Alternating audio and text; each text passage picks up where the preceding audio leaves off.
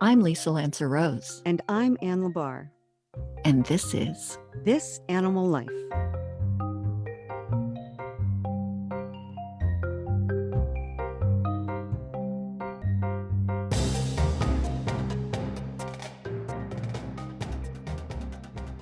We've been talking about crows and ravens, and specifically about how crows give gifts. Yeah. But I guess I grew up knowing stuff about crows. My dad always talked about them. I have to say that doing this research has raised the crow, in my opinion. I always thought they were smart, but I thought ravens had them beat by a mile, and they really don't. Ravens are twice as big. They have a wingspan of eagles and hawks. They're huge, and they're very smart, but they're very different. And so I wanted to give kind of a brief. I mean, we could talk about crows and ravens for months. Maybe we should. Yeah, everybody knows all the stories about how smart they are and how they Oh, and the play puzzles. puzzles and this. Yeah, 5-step puzzles and fashioning tools to yes, solve all puzzles. that stuff. Yeah. Yeah.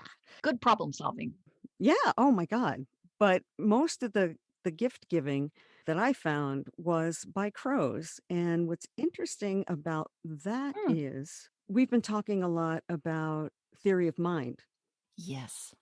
and this one behavioralist says, and I'll get to more on him later, it's Dr. Marsloff. He says that crows and ravens possess theory of mind. No, he's the guy that studies gift giving. I mean, he studies other things too, but he raises the issue of theory of mind in the context of gift giving. Does he? That's what you're saying? Okay. Yes. Yes. Well, I'm saying, what it is too is just in general, they have a theory of mind. Okay. And it's the ability to infer what other individuals, animals, and human are thinking or intending to do. So this Dr. Marsloff, who you're probably going to talk about a little bit, Mhm. he said theory of mind's a gateway, he says, to a wide range of behaviors, Interesting. playfulness, mischief making. They've been seen flying upside down, sliding on snow, stealing windshield wipers from cars, which I think is just hysterical. And then he says there's the gift giving behavior of crows. Before we get into that, I did want to, again, just kind of give an overview of some things about crows that will support the fact that they are giving gifts. Okay. Okay. I wanna talk about them being a family. Oh, Um, we are, intrigued by crows and ravens, and because there's something familiar about them. yes. Um, they're noisy, they're smart, they're really social. They're omnivores, so they are scavengers, Yes. so they'll be eating roadkill and that sort of thing, but they eat all kinds of things. And they're opportunists because they're scavengers. Yeah, we often see them on the roadside eating roadkill or after our trash. Yes. Oh my gosh, that's a huge one. They mate for life, I did not know that. and so do ravens. Huh. One thing that crows do that ravens don't, which I found really interesting and I want to look more into, is that crows can live in a large extended family group, and the kids help out around the nest. Like, they help out with the new babies. Yeah, my finches did that too. Mhm. Young crows who've left for years will be recognized and welcomed back to the family if they come back. Wow. They have extensive vocalizations, vocabularies. They can imitate human speech to some extent. Oh, like mynah birds. They're Yes. mimics. Mhm. Yes. I think magpies have a reputation for that, and Yes. they're corvids, they're related. Mhm. Um, they do neighborhood watches. They help each other out. If one finds food, he'll let everybody know so That's they what can come and get it. the cawing is about, Yeah, usually. They're letting everybody know food's on or supper's on. and they're interested in working together so that it's just a safer place for everybody. Yeah. So the fact that they have that strong of a social culture would really help to, I guess, support. It would help to support the stories, and there are scads of stories of crows who are either been helped by people or are fed by people on a Mhm. regular basis, bringing gifts. So it would be, the social benefit of reciprocity. Yes. Okay. So there was a very famous story, and I think you looked into it. The little girl up in Seattle. Was she in Seattle? I can't remember. You're talking about Gabby? I'm talking about Gabby. Yes! I don't know how many years she's been doing it, but this little girl, when she was still in a car seat, she would get out of the car and a piece of food, if she was eating in the car, like she had chicken nuggets or something. Right, or like Cheerios flying. Yes, and when she got out of her car seat, a little piece of food would bloop out of her lap, and a crow would come down and get it, and that's when she first associated, "Oh, if I when I drop food, a crow comes, and that's cool." So she wanted to keep doing that because it understandably delighted her. So her mother permitted this, and she started putting food out in the same place every day, you know? By the time she hit the news, she was about 8 years old. So since she was sitting in a car seat to this time, Right. that was about the amount of time. And in that time, she got hundreds of presents that she says was a gift, and her mother kept them, like, in this tray, organizing tray, like you would notions for sewing, Oh, okay. Yeah, big flat trays with a lid and separate little cubbies Oh, in there, okay. and some of them are loose in there, and then some of them are in little Ziploc baggies, and they're all labeled, Oh, all right? what did they With the label them with? Like the date or something? Yeah, Oh, yeah. okay, okay. I don't know if they know which crow left them, Okay. but so, what Gabby would do is, save some of her lunch that her mother had packed for her, and then when they were on the bus stop, she would feed the crows at the end of the day, and, Gabby's mother just, had never really paid any attention to crows, but her kid was so into it, and you know how tolerant we can be of our kids. Yes. It was very different when we were growing up, but, Yeah, you know exactly. we would have gotten in trouble for Yeah. this, but wasting food. But it became this daily ritual where she would drop scraps, right? Her mother encouraged this hobby of hers. So they got a bird bath with fresh water and they got platforms that they would put the food on.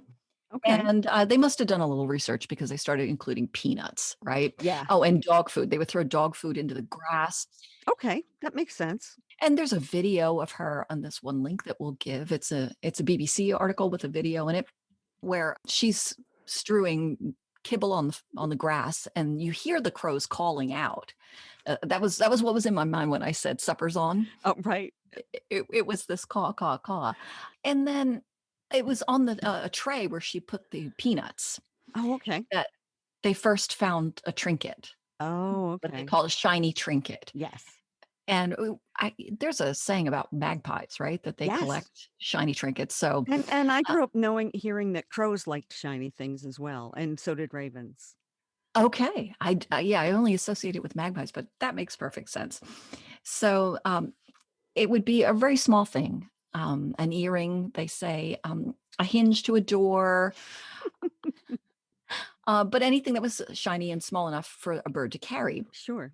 Um, and then they talk about some of the things in this article that the birds had left for her. There was a little tiny piece of metal with the word best on it. Oh, And, and this is where, some of the things that stand out to people are the things that you can invest with more meaning. right. Like they fit the narrative that your theory of mind is telling you is in the crow's mind. Right.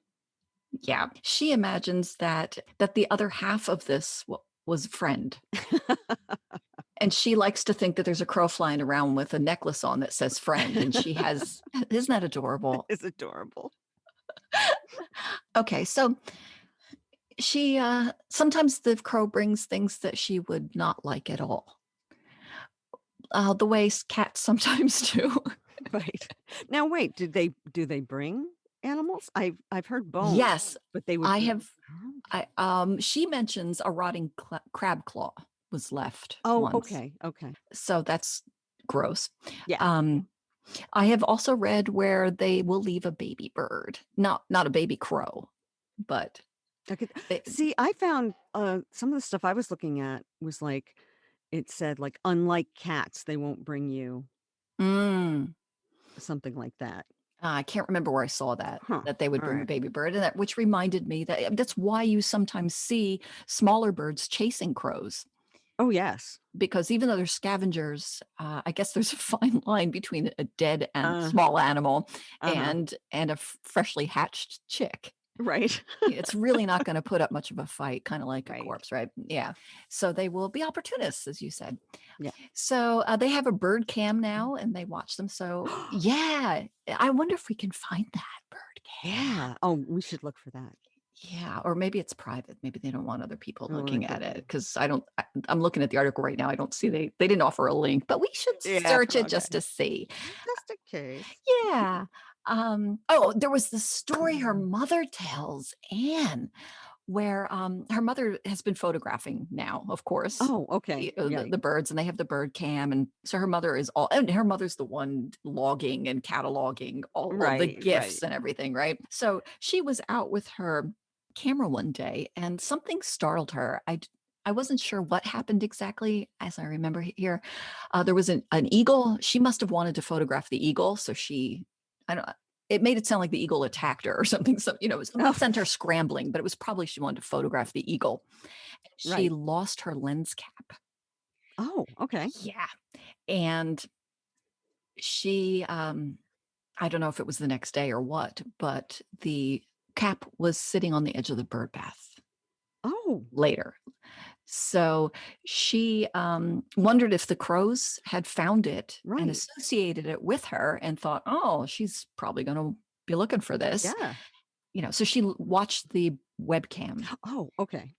and she logged onto her computer, and there a crow brought the cap into the yard. She had not been in the yard, I think, when she lost the cap. That's an important detail. Oh, yeah, it is. Okay. Right.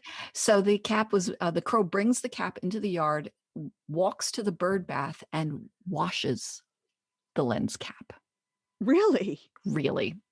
So she And then puts it on the edge. Yes, so she has Oh, no doubt that the crow was doing her this favor of returning her yeah. lens cap and even giving it a little scrub before returning it. So, I mean, Yeah. they've been doing this for years. Uh, Yeah. they have dozens, hundreds maybe, of these little trinkets all cataloged. So, Wow. it's there's no question that the birds are doing it Oh, yeah, yeah. Oh, no, intentionally. they're definitely doing it. Yeah. So, what do you see as the mystery here or the puzzle? Well, I don't know if there's necessarily a puzzle, but, like, we talk about other like, cats bringing you a gift. Well, they're not giving you a gift, they wanna teach you how to hunt. But they're doing that because they are connected with you, they are bonded in some ways. And people wouldn't attribute such a high level of thought to an animal in terms of giving you a gift because you've done something for them Out of gratitude? out of gratitude or reciprocity. A tit for tat. So if you gave them a peanut, they want you to keep giving them peanuts. So they are reinforcing your behavior by giving. Well, I did hear if you don't continue to feed them, they will get very nasty. Or not nasty, but they will harass you. Yeah. And then I imagine, okay, so they give you some positive reinforcement, and then they they Yeah, also, exactly. it's a carrot and a stick. Right, right. But, how many things do you feed? How much wildlife do you feed intentionally or not intentionally? And who brings you gifts? Raccoons don't bring you No. gifts.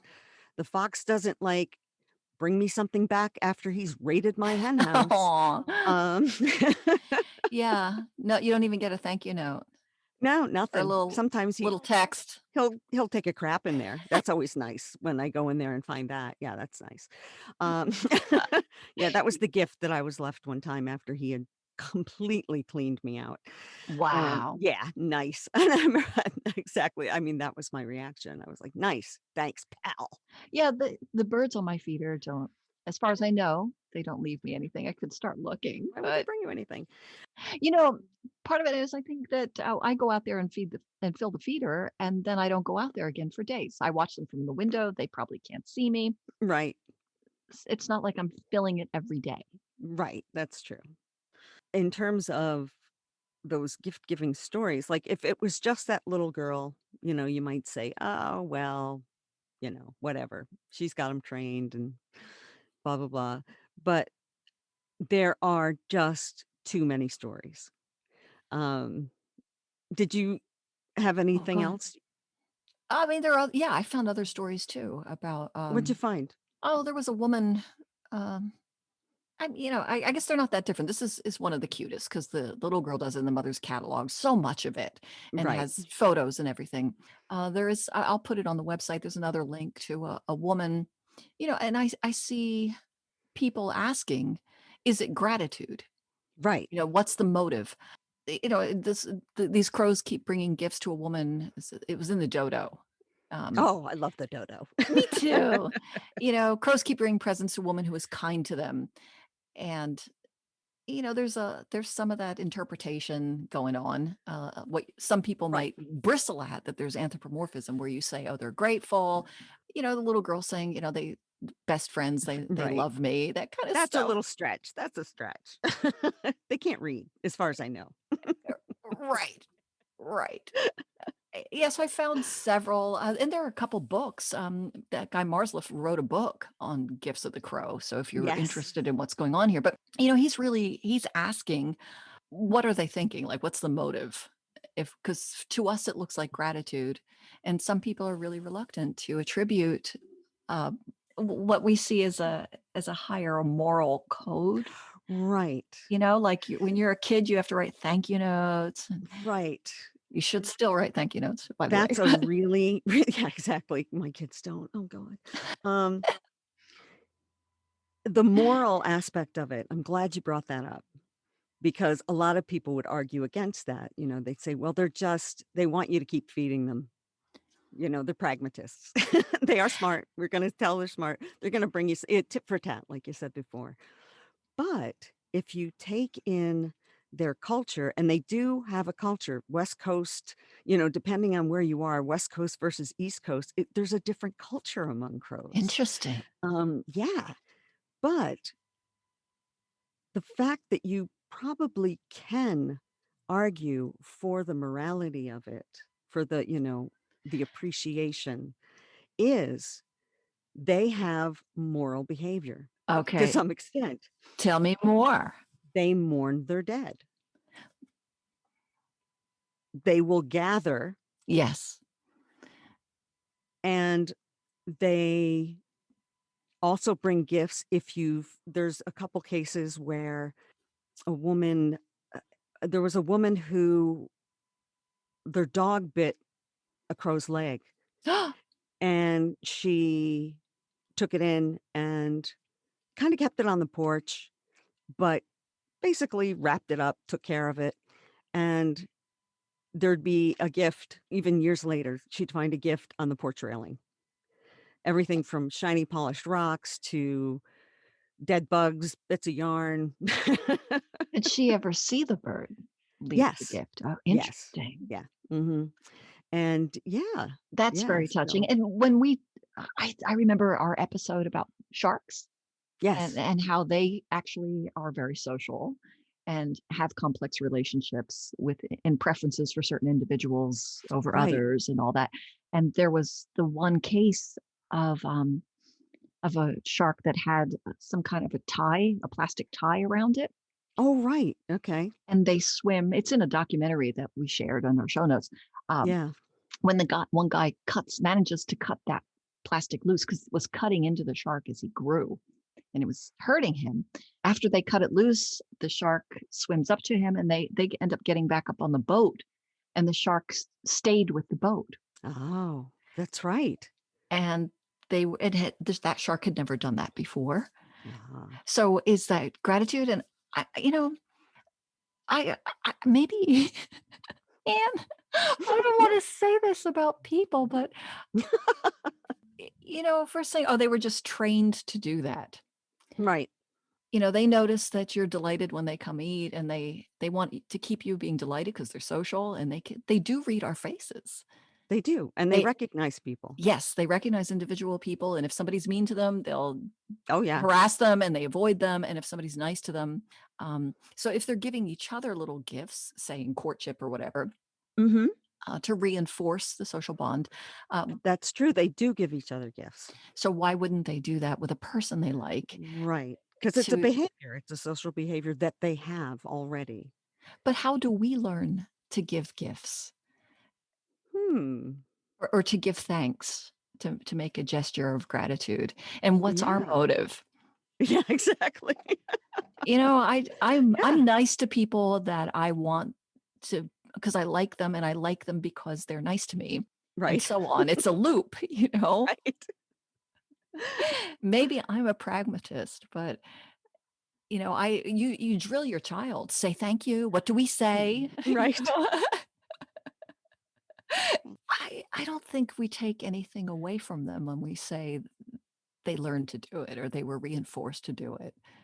Yeah. It's part of, I would argue it's part of their culture. It's part of their, um, I want to say routine or life skills. The Right, and fact that it's a bird is phenomenal. it's so thrilling. But the whole culture, everything that they do, they learn to do from each other. Right. And they're lifelong learners. They can live up to like 20 years. Wow. So they have plenty of time to get smart. And it's part of being interdependent or Yeah. codependent or, Yeah. you know? Yeah. But they do, yeah, I did see that. They do give each other gifts.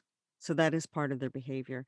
And another thing that would actually back it up in terms of just behavior, if you don't want to attribute emotions or anything else, you have to think, where are they getting these things? One possibility, well, of course, they're picking them up, but they have naturally, they cache things and they Oh, I don't, never thought to wonder where they were. Like, I thought, "Oh, they're like, I should give this woman's been feeding me. I should bring her a trinket. I should bring her right. something shiny. I wanna bring her something really," and then they, like, go shopping. Yeah, That's what I thought. They were, like, wandering around the world, or maybe they're out in the world, like, you see a card, like, "That would be yeah, perfect for exactly. Anne," Well, I you think that know? might happen. Um, Okay. but they will cache things like in the wild. If they're not around a lot of people, probably they cache, they'll find caches of acorn tops, little things to collect and shiny Okay. things. Crows and ravens they like shiny things. And so they So will cache them. And there was a story, I just saw it. Actually, I'm on a Facebook page for crows and ravens. And this woman just posted, and she posted some pictures that, she's been feeding the crows and they've been dropping coins in her yard. And it must be over in Europe because she said, well, she now has 10 euros that have been left for her in the yard. it's so funny that you mentioned that just now because as you were saying they have a cache of shiny things, Yeah. I almost thought those things become currency, Oh, yeah. Because and I can imagine that if you've been feeding them, they'd go grab something from their cash. I hadn't thought of that. That is so cool. So they go to the banks, like, they go to Yeah. the ATM, Yeah. and they're like, "I should tip her." Right. Maybe that's what it is. And because they are so intelligent and so social, they feel good in while doing this act, like, it gives them pleasure because they know there's going to be delight for the other that they who receives the gift, and they have theory of mind, they know what it feels like to receive something. Yes. Just like us, like when you're shopping for Christmas, it's fun to think what of pleasing, surprising them and delighting them. That's that's the anticipation of the joy on the other's face is what motivates you. Right. When it's going well, I mean, When it's you going know? well. And you can get into the other person's head and understand their theory of mind and what they would like. And you feel Um, so good when you hit the jackpot and really light them up. It feels better than when you receive an awesome gift, which can be uncomfortable, especially if you didn't yeah. give them something awesome. Oh, I just did find the thing about no dead animals. So it's just an anecdote though. There's a woman, Lynn Witt or Lynn White, maybe. She says, I'm the adopted mother of a baby crow that had been injured. I affectionately call her Cheryl Crow. Aw. I interacted I know, it's a good name. I interacted with her constantly, hand fed her, encouraged her recovery, and in the process, I fell in love. Um, Over the summer, she grew and eventually learned to fly. She took off, but she brings gifts. The first one she presented to her with wings splayed open and head bowed, and it was a yellow foam dart from a toy gun. Oh, And and because she has sort of a really strong relationship with, basically hand raised this bird, but was able to basically release it. okay. But they play games. So she says that she refused to take the dart back as when they play games. So it was a gift. Like, Okay. she wouldn't play a game with it. She's like, "No, Uh-huh. this is for you." And every time she brings her a gift, she brings it with her wings splayed and her head bowed. That I think that behavior, if I'm right, let's run with this a little bit because I had those finches, remember? Right, right. And, what I noticed is when they liked each other, when they paired up, and they did pair up for life, they did this little dance where they would Okay, bow their great. heads and they would puff up their feathers, and sometimes the feathers would ripple, and they would Oh, open their wings a little bit, so they're kinda crouched down, and they would flutter their wings and make this raspy little sound, a rather unpleasant sound. And they did this sometimes as they approached each other, would go hop, hop, hop to each other and flutter their wings. They did it was mutual, male and female did it for each other. And right. when they were bedding down at night, and they would touch beaks, like kiss, kiss. Yeah. And when they bed down, you would hear them go, wee, wee, wee, wee, and they would be fluttering and they would cuddle down together. Then, when they laid eggs and the eggs hatched, that was how the baby birds begged for food from the parents, was to open the wings a little bit and make that cry, that same cry, and flutter, and it prompted a feeding behavior. Ah, okay. So while I watched them, I was I was in love with my boyfriend at the time, Gavin. I was, very aware of the sweet nothings that we gave each other, that we would speak Sure. in a higher pitch. There was some, the kissing is a remnant of Mhm. feeding a baby, right? Right. I don't know, having pet names for each other. Yeah. Yeah. So if the bird is offering the gift like that, it is possibly a courtship It could be. behavior, which is related to rearing offspring. Yes. Yes. Yeah, that's a really good conclusion from that. That's a good theory. I like that theory.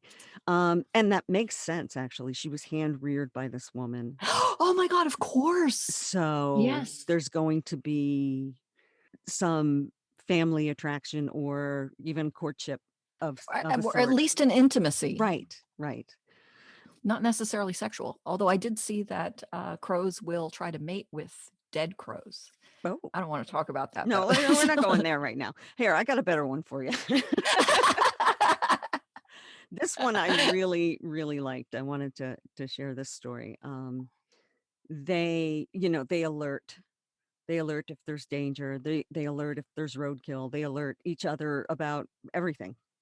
So this woman, Allison Acoba in Seattle, Washington. There's a lot of Seattle and New Mexico stories, which kind of crack me up because that's the really strong legends of Raven or Crow Oh, as mythical really? characters. So uh, I just found that interesting. But she says, I have a collection of bits from our crows, toys mostly, a smashed Hot Wheels car, plastic toy spinning top, a bright Cracker Jack token, a Donald Duck Pez dispenser head. Wow. It's like, here's some garbage. I really love you. All left for us in the bird bath. We feed our crows peanuts, and our cat, Black Bart, used to play with the local crows. Wow. Um, and I actually saw a crow and a squirrel. I wouldn't call it playing, but the crow was totally harassing the squirrel, and it appeared to be just for entertainment value. I've done the same. Exactly. Right? The squirrel would and didn't run off because I don't know whether he was burying things or, that kind of thing, but the crow would come and basically poke him, and the squirrel would run after him, and the crow would take off, and then he'd go back, and this went on for, like, 20 minutes. I So videoed it, and I lost it, but anyway, the so squirrel totally knew that the crow was playing. oh, yeah, yeah. So, I can see the cat, like, messing with the crows. When Bart, this is the cat, was killed by a coyote one early morning, it was the distress call of the crows that alerted us to what was left of his body. A week to the day after Bart died, we were awakened by a similar racket. When we went outside to see what the noise was about, there were about 40 crows in our yard, and below them, right on the spot where we found Bart's body the week before, was the collar he had been wearing, complete with the name tag. So it's a little bit Wow. like the lens cap. Um, but she Yes. said it was, yeah, But the gathering yeah, is interesting because right. they will gather when one dies, they gather. And if you go looking at any of this, you see one of the theories is the to say the crows are trying to Right. figure out what killed this crow so that Doesn't happen to them. it doesn't. But isn't that the same reason we gather? I mean, it's part of the motive of gathering when we lose one of our own. Like right now, somebody dies of COVID, you're like, was he vaccinated? Like That's true. We wanna know so that doesn't happen to us. I think that's part of it because absolutely. we always talk about why and what and how. Yes, and when you read an obituary, you're like, "Wait a Yeah. minute, they didn't," you're trying to read the tea leaves, it doesn't say why he died, and so why am I not was it suicide? Was it alcoholism? Why are they trying to hide it? And then it's like, donate to breast cancer, like, "Oh, it must have been breast cancer." Yeah, we wanna know. That's true. Mhm. That's why you slow down to look at a Right. car crash. Like, I wanna see which ways the cars might have been going and how serious was this? How did that happen? I'm not having no, I don't How want that many to happen to me. ambulances are here? Right. Yeah. The cat collar thing, though, is That's just very eerie. moving. It's Yeah, I and find that's it what very she moving. says. It gave them closure. It really helped, and she just thought it was the kindest thing that had ever happened, and I Well, it just tells oof. me the crows saw the cat as part of their community. Yeah, that's true because they're basically mourning the cat. They were alerting that the cat had been killed, and that's how they found the cat was they were like, "What's going on with the crows?" And they went out to investigate, and they found what was left of their cat. Oh, Um, and so that was it. A week later, all these crows gathered with the collar that had probably been drug off, by the coyote unintentionally, but as part of like dragging the cat around. yeah. Um, oh, one of the things to kind of wrap this up a little bit, was, we generally tell people don't feed the ducks, don't feed the wildlife. You're just causing problems. They get used to being fed and then they're in your garbage and, whatever. So, but again, we have that urge to feed things. Why is that, Anne? I don't know, but I sat in a pub one time when we were traveling. Mhm. Well, I think it was in Scotland, and there was a pub dog, and he just sat under my chair, like with his head between my legs, and I just fed him French fries the entire time. How do you not? Yeah, I wanna feed every wild animal that comes Yeah, up to me. I do I too, do. and it is a bad idea, and I do stop myself quite often. We also wanna touch them. Yes, we do. There is. I've got to find it, and I know I I'm going think to we get this wrong. we There's lost some young man that tried to touch a tiger just Oh, recently. yeah, that happens often. Not often, but enough that we've heard more than one story. Yeah. There's a group on Facebook, and I need to find it, but it's like "The Animal I'm Gonna Die Petting," I Yeah. think is the name of the group, and if you connect with that immediately, you'll know what we're talking about. Yes. I've Um, noticed having been in parades with dogs lots of times, I'm marching in the parade and I have a dog. right, Yeah. People reach out their hands to touch them as you walk by. The hands come out and they brush mm, the dog's coat as you go yeah, by. yeah, Everybody just automatically does it. Why? mhm. Why are there petting zoos, Anne? Mm, I don't know, but I wanna go. And you Um know what you do at petting you not only pet them, you feed them. You feed them, that's right. We take Um, joy in yeah. feeding them. Oh, we giggle. We love it so much. I fed Um, ostriches. We have pictures. It was funny. oh, that is funny Yeah. because they peck. They can be mean. Um, It was vigorous, let's say. We you hold a bucket, yes. and, I also rode an Yeah. Oh, ostrich. okay, I have good. mixed feelings about whether or not that was Riding it. yeah, but Yeah. I did it. I did it Yeah, I anyway. know. Got a picture. I know, I wanted to be able to say I rode a bird. I'm sorry. I'm sorry to the Sorry. ostrich. But and here we are talking about people feeding crows. Mhm, And is that okay? So, Marsluff, the crow expert mhm. and author, professor of wildlife sciences at the University of Washington, says that it's okay. Oh, good. Kevin McGowan is from the university, or no, Kevin McGowan, Dr. Kevin McGowan at Cornell says that with few cautions provided, he's in favor of it. And he's in favor of positive interactions between crows and people. What they do discourage is a lot of heavy feeding. So you just want to put out a treat, basically. But they have actual guidelines. Marsliff has some and McGowan has some. So here's some tips. Okay.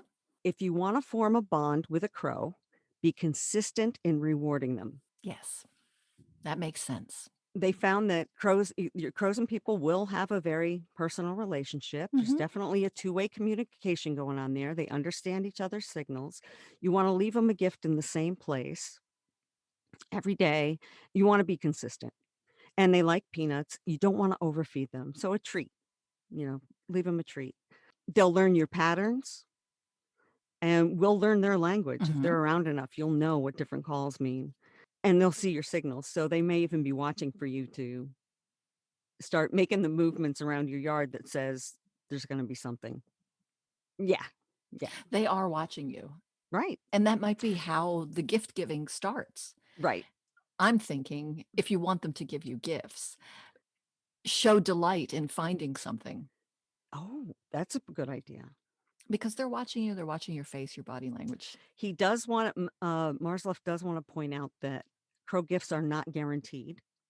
Right, right, but I'm thinking if you wanna make it more likely. Right. And there are some specific tips what to feed. Okay. So you should feed them something healthy. They'll probably eat Pez, don't give it to them. Mhm. So something healthy, unsalted peanuts. Salt's a bad idea.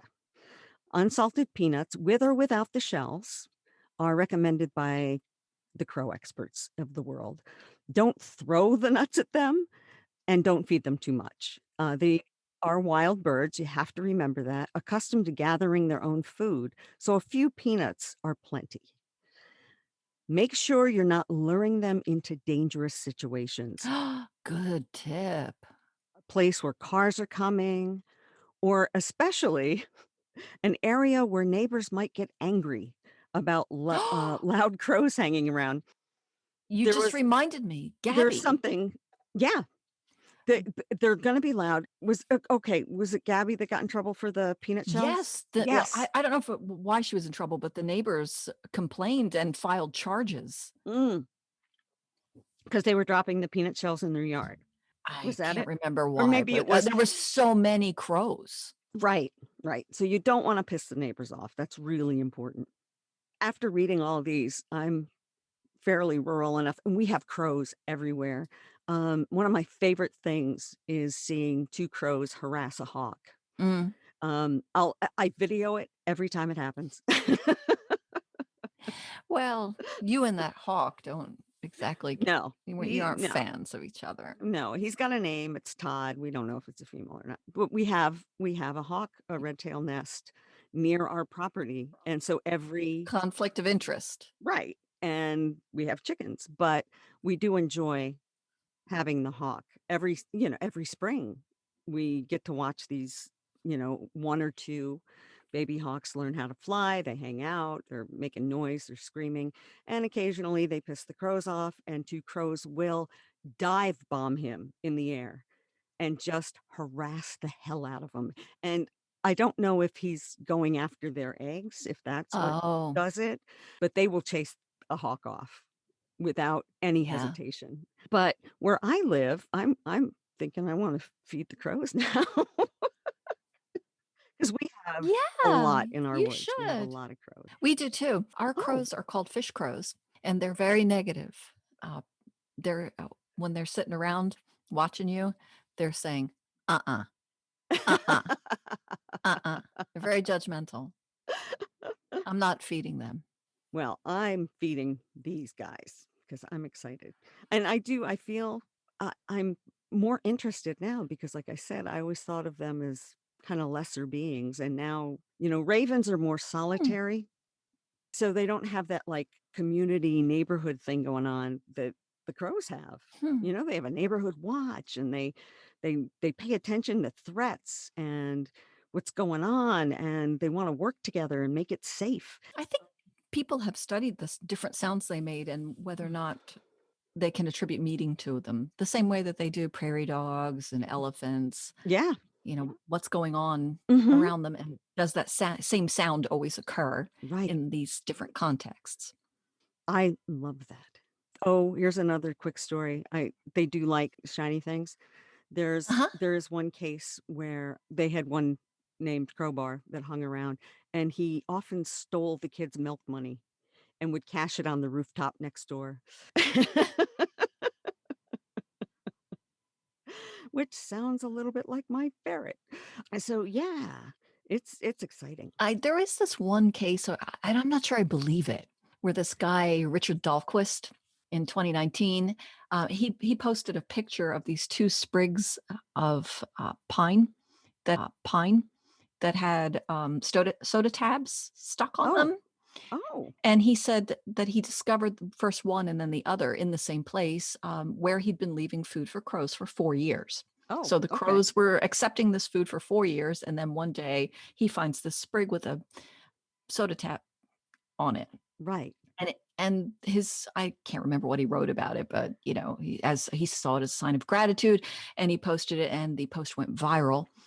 I don't know where, Ah, yeah. but while crows make tools, they have not been known to make anything that could be called art or Right. creative or expressive. Right. So I'm thinking if it was left by a crow for reals, Right. somebody else threaded it, and the crow They thought, found it. "Cool, it's shiny." Yeah, they Right. found it and brought it. Yeah. Yeah, Yeah. I don't know if they would make you gifts. I didn't look real hard. There was a story I wanted to find, and it was probably in the Pacific Northwest, if not maybe Alaska, but it was a native woman, and she had a raven who would bring her, and I think she fed him, but he would bring her these beautiful things, like Really? a rock with a hole in it, a feather, like it was just these beautiful little things. It wasn't like, a plastic Santa. You know what I like about these stories is the human's reaction to the different things, because we're storytelling creatures. I think probably all creatures are storytelling creatures, but we're masters. We're over the Yes, top, you know? we are. So any object that the bird brings or whatever creature brings, a Right, gift, if it strikes you as significant, right. you will be more delighted and will spin.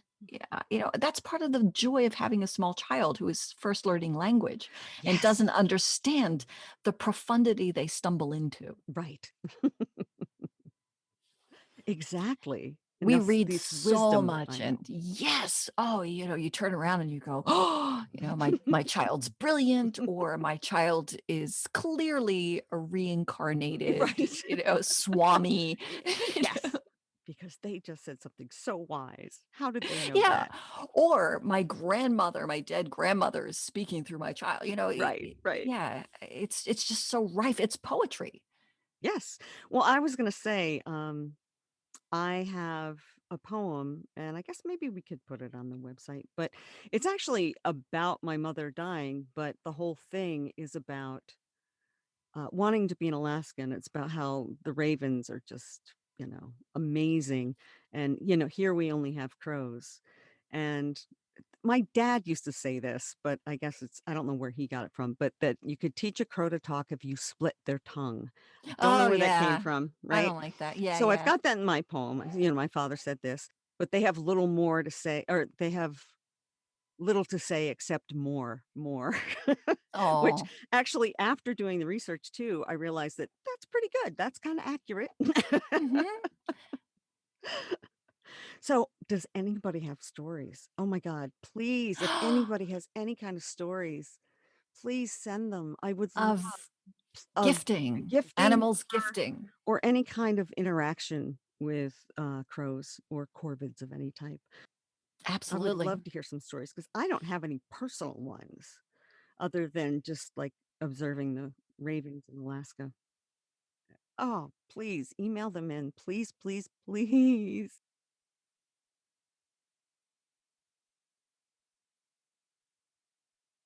And there's the story that I didn't tell today. It's not my story, but there's going to be a movie about, Oh, with Naomi Watts, about a magpie called Penguin Bloom. This woman was she in Thailand? She has 3 or 4 boys, and she and her husband took the boys on vacation, and they were on a balcony at a hotel, and the railing gave way, and she fell about 20 feet and had concussion, all kinds of serious injuries, but she was left paralyzed from like the upper chest down. And around the time that she was at home recovering and no longer wanting to recover, because it's a very hard, I can't imagine. So um, during that time, a magpie fell out of its nest onto a pavement and I guess was perishing of exposure. And the boys found it and brought it home and named it Penguin because it's black and white, it's magpie. And yeah, but the magpie ended up being part of their family. Like they worked so hard to keep that little guy alive because I mean you would anyway maybe, but they had this extra motivation of urgency and compassion and wanted to help their mother and it came to include the magpie, and the relationship between the woman and the magpie became inspirational. Also, I think the father's a photographer, so this whole saga mm. was gorgeously photographed. And they have a book of photos of the magpie recovering and yes, and feathering out and all the little stories. I mean, the magpie did it's like having a puppy. Yes. Yeah. It's seamlessly integrated into their family. Yeah. And it seemed as if the magpie, I mean, speaking of theory of mind, and can they feel gratitude or compassion, or do they have empathy? Do they have the power to read another's needs and respond, maybe not altruistically, but with beneficence, let's say, generosity, selflessness?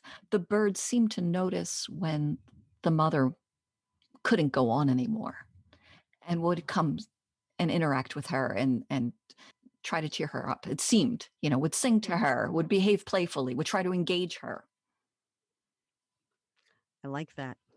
Yeah, Oh God, that'll be a great it movie will. and a good coffee table book. I'm all over it. It's an excellent coffee table book. Yeah, I will include links to that too on the show notes. Yeah, and I gotta see it when it comes out. Oh yeah. Oh, that's awesome. Isn't it? Yeah. Any recommendations on this kind of stuff? Because Books and whatnot we can yeah, and we must that know people send us. people who have rehabbed a wild animal like that. Oh yeah, yeah. Oh yeah. Well, I will be speaking shortly. Actually, I made the appointment with my husband's cousin who is now working with injured and sort of, it's the owls and the hawks and the crows and whatever that you can't re-release. And so they use them for education at the Audubon Center in Audubon, Pennsylvania. Cool. And I'm going to go interview him in about 2 weeks. And hopefully, he said, I said, hopefully they'll be chatty that day. Like maybe we. Get some recording. When we want Right. audio, that's another thing, you guys. If you have audio Oh, yeah. of a bird making an interesting or unexpected sound Yes. that perhaps is meaningful or is just delightful, who cares? Yeah. Uh, we would like some audio too. That would be great. Oh, I like that. Yeah, well, we might play it if it's Yes. really cool. Yes. Yes. Oh, please, please do. Please, please send us that kind of stuff. I love it. Record with your iPhone. It's amazing how good the quality is. It's shocking. I'm going to be using my iPhone to interview Lou. So, and I know it's going to be fine because I've done it before. Um, so yeah, that's great. So hopefully we'll get some fun stuff. You can ping us on social media. We have a Facebook page. Please like that. And that is a good place for you to leave any comments or audio or stories. You can either private message us through that Facebook page or post it right there to share with people. We have a comments section on our website. You can contact us and send us an email there. We have an Instagram that one of these days it's up already. One of these days we're gonna maybe put some photos or Hashtag us, This Animal Life. Give us a hashtag. Tag us on photos on Instagram. That'd be great. Yeah, and you can also write comments on Apple Podcasts, Yes, please. Google Podcasts, Stitcher, like and subscribe. Those stats are our lifeblood. Yes, they are. We need them. Yeah, those are treats for us, right? Positively reinforce us. Yeah. So yeah, those are all ways that you can get in touch with us. Also, Sarah K. Martin is our new graphic designer, graphic artist. She's so fun. Isn't she? Yeah. So you can, that's something I would really like to see us put on the Instagram are the, oh yes, the little, we need to do that. Yeah. The little line drawings that she does inspired by each of our episodes and the portrait she did of us. Which is fun. Yeah, it is. It's kind of cool. Well, good. Please email us. We'd love to hear from you. We like getting mail. If it works, if it fits in, we'll mention you on the podcast. We'll talk about it. Give a shout out. Mm-hmm. Yeah, we'll play your audio clip or tell your story. Yay! Yep. I know. Well, all right. It is. It's really fun. Excellent. Excellent.